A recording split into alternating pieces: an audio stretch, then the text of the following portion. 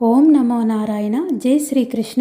శ్రీమన్నారాయణీయంలోని 22వ దశకం అజామీలోపాఖ్యానము. ప్రభు, పూర్వకాలమునందు అజామీలుడను బ్రాహ్మణుడు వివాహం చేసుకొని గృహస్థాశ్రమ ధర్మములను చక్కగా నిర్వర్తించుచూ ఉండెను. ఒకనాడు అతని తండ్రి అతనిని అడవికి పంపగా అక్కడ అతడు దుర్మార్గురాలు కులట మదించి ఉన్నది అగు ఒక స్త్రీని చూచెను. అజామీలుడు స్వతసిద్ధముగా మంచివాడే అయినప్పటికీ ఆ అటవిక స్త్రీని చూడగానే ఆమెపై మరలుగొని స్వధర్మము వీడి ఆమెతో రమింపసాగెను. తర్వాత అతడు అధర్మపు పనులు చేయుచూనే సుమారు 90 ఏళ్ళు ముసలివాడయ్యెను. తనకు పుట్టిన కొడుకుకు నారాయణుడని నీ పేరు పెట్టుకొని అతనిని అధికముగా ప్రేమించుచూ ఉండెను. అజామీలునకు అవాసన దశ సమీపించినప్పుడు భయంకర కారకులైన 3 యమదూతలు అతని ప్రాణమును తీసుకుని పోవుటకు వచ్చిరి.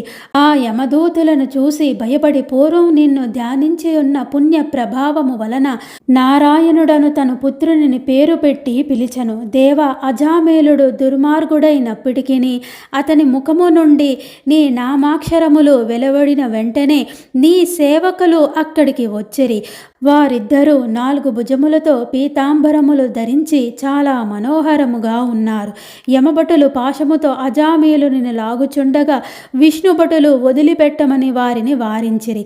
అప్పుడు వారు అజామీలుడు చేసిన పాపములు అన్నిటినీ విష్ణుదూతలకు నివేదించిరి. అప్పుడు నీ భటులు ఆ యమదూతలతో ఇట్లనిరి, దండనీతి పండితులారా, ఇతడు పెక్కు పాపములు చేసియే ఉండవచ్చును, కానీ వాటికి ప్రాయశ్చిత్తము చేసుకున్న పిదప దండనము విధించవలసిన అవసరం ఎట్లుండును? ఈ వంటి వారికి ఈ ప్రాయశ్చిత్తము గురించి తెలియదా ఏమి? యమభటులారా, వేదములు యందును ధర్మశాస్త్రములు యందును పేర్కొనబడిన అర్థములు మున్నగున్నవి పాపములను రూపుమాపును, అంతేగాని పాపముల వాసనలను మాత్రం తొలగింపజాలవు. అయితే శ్రీమన్నారాయణుని సేవ పాపములను వాటి వాసనలను కూడా అంతరింపజేయును అని భటులు వారితో పలికిరి. ఈ అజామీలుడు మృత్యు భయముతోనైనను శ్రీహరి నామమును ఉచ్చరించెను. తత్ప్రభావము వలన 1000 కోట్ల జన్మలలో చేసిన పాప కర్మలు అన్నిటినీ ప్రాయశ్చిత్తము చేసుకున్నట్లయినది అని విష్ణుభటులు యమదూతలతో పలికిరి. మానవులు బుద్ధిపూర్వకముగా కాకున్నను హరి యొక్క నామకీర్తన చేసినచో అగ్ని కట్టెలను దహించినట్లు ఔషధము రోగము రూపుమాపినట్లు హరినామ ప్రభావము వారి పాపములను నాశనము చేయను. ఈ హరినామ కీర్తన మహిమ అంత గొప్పది అని విష్ణు భక్తులు యమభటులతో పలికిరి. ఈ విధముగా విష్ణుభటులు పలికినందువలన యమభటులు అజామీలుని వదిలిపెట్టి వెళ్ళిపోయేరి. అంతట విష్ణుభక్తులు కూడా తమ లోకమునకు పోయేరి. అందువలన అజామీలుడు కొంతకాలము శ్రీహరిని ధ్యానించుచు కాలము గడిపి చివరకు నీ భటులు వెంటరాగా నీ లోకమైన వైకుంఠమునకు చేరుకొనెను.